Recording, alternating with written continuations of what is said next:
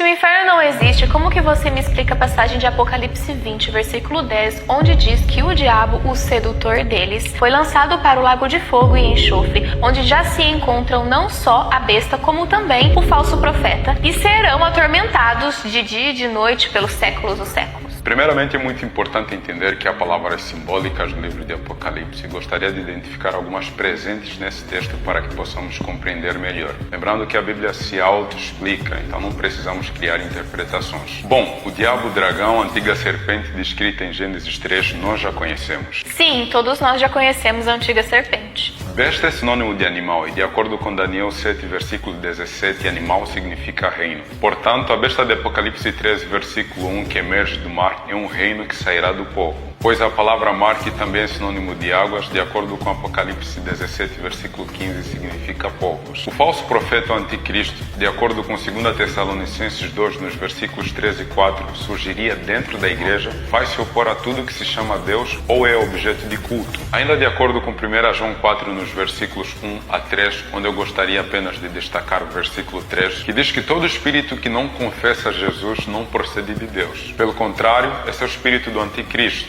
a respeito do qual tendes ouvido o que vem e presentemente já está no mundo. Ok, entendi bastante coisa, mas isso não prova que o inferno não existe. Eu já mencionei isso antes, mas é sempre bom ressaltar. Em Apocalipse 20, versículo 14, diz que a morte e o inferno foram lançados no lago de fogo. Se o inferno fosse um local onde Deus vai punir as pessoas com fogo eternamente, esse texto não faria sentido algum. Porque o lago de fogo é para acabar com o mal de uma vez por todas. Por isso Apocalipse 21 começa dizendo: vi novo céu e nova terra, pois o primeiro céu e a primeira terra passaram e o mar já não mais existe. Então que inferno é esse que a Bíblia se refere em Apocalipse 20, 14? A Bíblia se refere à sepultura, por isso no versículo 13 de Apocalipse 20 diz que o mar deu os mortos que nele estavam, a morte e o além entregaram os mortos que neles havia. Estou começando a entender. Em Apocalipse 20 diz que Satanás será acorrentado e preso no abismo por um período de 1000 anos. Que abismo é esse? Não seria o inferno? Em Gênesis 1, no versículo 2, diz que a terra, porém, estava sem forma e vazia. Havia trevas sobre a face do abismo,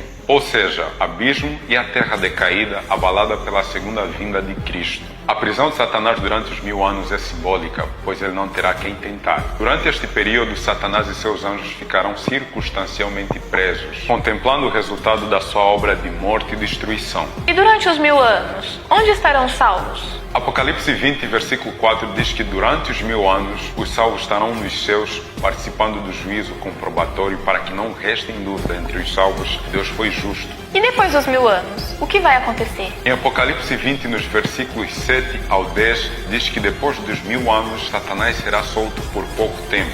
O que implica dizer que os ímpios vão ressuscitar. Exatamente. Com isso, Satanás vai ter novamente a quem tentar. Por isso, ele sairá seduzindo todas as nações para a peleja, para atacarem a cidade santa. De Apocalipse 21, 10 a 27. No final do versículo 9 de Apocalipse 20, diz que e desceu fogo do céu e os consumiu.